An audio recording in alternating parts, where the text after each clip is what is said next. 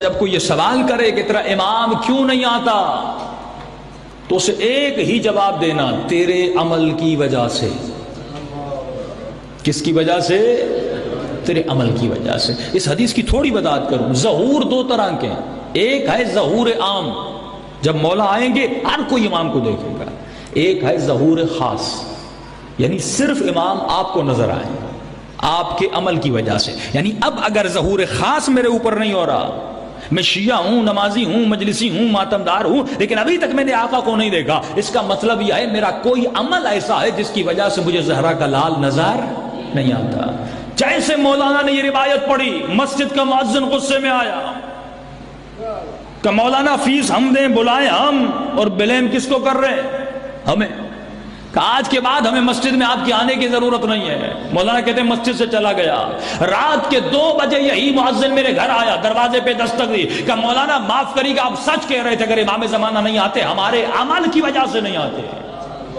انہوں نے کہا کیا ہوا؟ پہلے گالیاں دے کے مجھے نکال دیا، اب معافی مانگنے آئے ہو۔ کہ مولانا جیسے رات کو گھر گیا، سو گیا، خواب کے عالم میں دیکھتا ہوں امام زمانہ کا ظہور ہوا، جگہ جگہ امام کی آمد کی خوشیاں ہیں، شیعہ جوق در جوق امام سے ملنے جا رہے۔ میں بھی مولا سے ملنے گیا، جیسے مہدی زہرا کی زیارت ہوئی میں نے مولا کے ہاتھوں کا بوسہ لیا، میں نے مولا کے قدموں کا بوسہ لیا۔ ہر شیعہ کی خواہش ہے کہ مولا میرے گھر میں تشریف لے آئے۔ میں نے کہا مولا میری بھی خواہش ہے، کب اپنے بابرکت قدموں کو میرے گھر میں لے آتے ہیں؟ امام نے کہا جب وقت ملے گا ہم آئیں گے۔ کہ تب میں چلا گیا، خواب کے عالم میں دیکھتا ہے کافی دن گزر گئے، اچانک ایک مرتبہ دروازے پہ دستک ہوتی ہے۔ کہتا ہے جیسے میں نے گھر کا دروازہ کھولا تو میں نے کیا دیکھا؟ زہرا کا لال امام زمانہ دروازے پر موجود ہے۔ میں نے کہا مولا گھر میں تشریف لے آئیے۔ مولا جیسے گھر میں آئے میں نے امام کے لیے کرسی کو لگا دیا، مولا کرسی پر تشریف فرماؤ۔ میں نے کہا مولا پانی پیئیں گے، کھانا کھائیں گے، کیا لاؤں آپ کے لیے؟ امام نے فرمایا مؤذن بیٹھ جا۔ ایک مرتبہ امام نے میرے سارے گھر کے سامان کو دیکھا۔ مؤذن یہ بتا تیری تنخواہ کتنی ہے؟ اکاؤنٹیبلٹی۔ زبیر وہ تھا جب علی کے ہاتھوں میں رسیاں باندھی گئیں سب سے پہلے اس نے تلوار نکالی کہ لوگوں تمہاری غیرت کو کیا ہوا؟ علی کے ہاتھوں میں رسیاں ہیں اور تم خاموش کھڑے ہو۔ لیکن یہی زبیر جنگ جمل میں علی کے سامنے کھڑا ہوا۔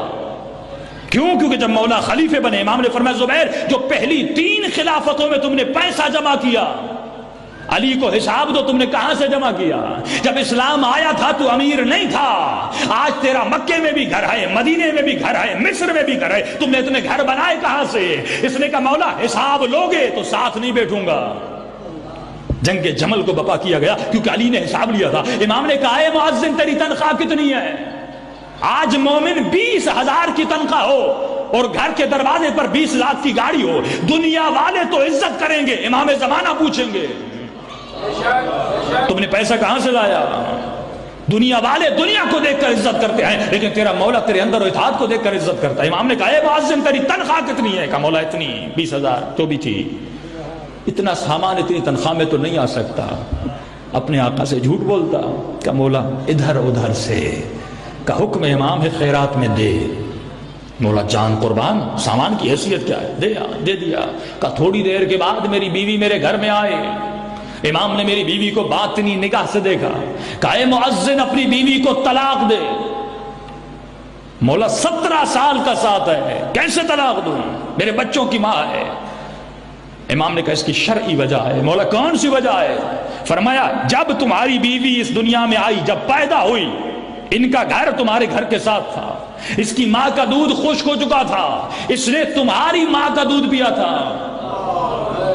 یہ تمہاری رضائی بہن ہے۔ جب تک پتا نہیں تھا رشتہ حلال تھا، اب میں نے بتا دیا یہ رشتہ حرام ہے، طلاق دے۔ کہتا مولا بیوی کو بھی طلاق دی۔ کہ تھوڑی دیر گزری، میرے اٹوان بیٹا گھر میں آیا۔ امام نے جیسے میرے بیٹے کو دیکھا کہا اے مؤذن اپنے بیٹے کو اکبر جیسی تربیت نہیں دی۔ کہا اے مؤذن اپنے بیٹے کو اکبر جیسی تربیت نہیں دی۔ کہا مولا کیا ہوا؟ کہ تیرا بیٹا ابھی شراب پی کر آیا ہے، ابھی زنا کر کے آیا ہے۔ کہتا اب امام نے کہا میں اس پہ حد شرعی کو جاری کروں گا۔ کہ اتنا کہنا تھا، سامان کو دیا، بیوی کو طلاق دی. جب امام نے کہا تمہارے بیٹے کو سزا دینی ہے، فرمایا بیٹے سب کو پیارے ہوتے ہیں. اتنا کہنا تھا، میں اپنی جگہ سے کھڑا ہو گیا. اب مجھ سے برداشت نہیں ہوا، میں نے اپنے مولا سے بے احترامی کی. میں نے کہا کبھی کہتے ہیں سامان دو، کبھی کہتے ہیں بیوی کو طلاق دو، ابھی کہتے ہیں بیٹے کو مارنا ہے. میں نے کہا آپ امام تو دور، آپ تو مجھے سید بھی نہیں لگتے.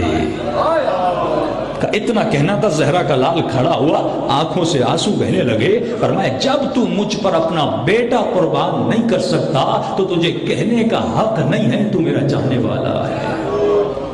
عزیزان محترم، دین سیکریفائی اور قربانی کا نام ہے. کس نے کتنا قربان کیا قیامت میں یہ تولا جائے گا. آدم سے لے کر خاتم تک اور خاتم سے لے کر امام مہدی تک ہر امام نے قربانی دی ہے. کوئی امام 14 سال زندان میں گیا، کسی امام نے بیٹی قربان کی،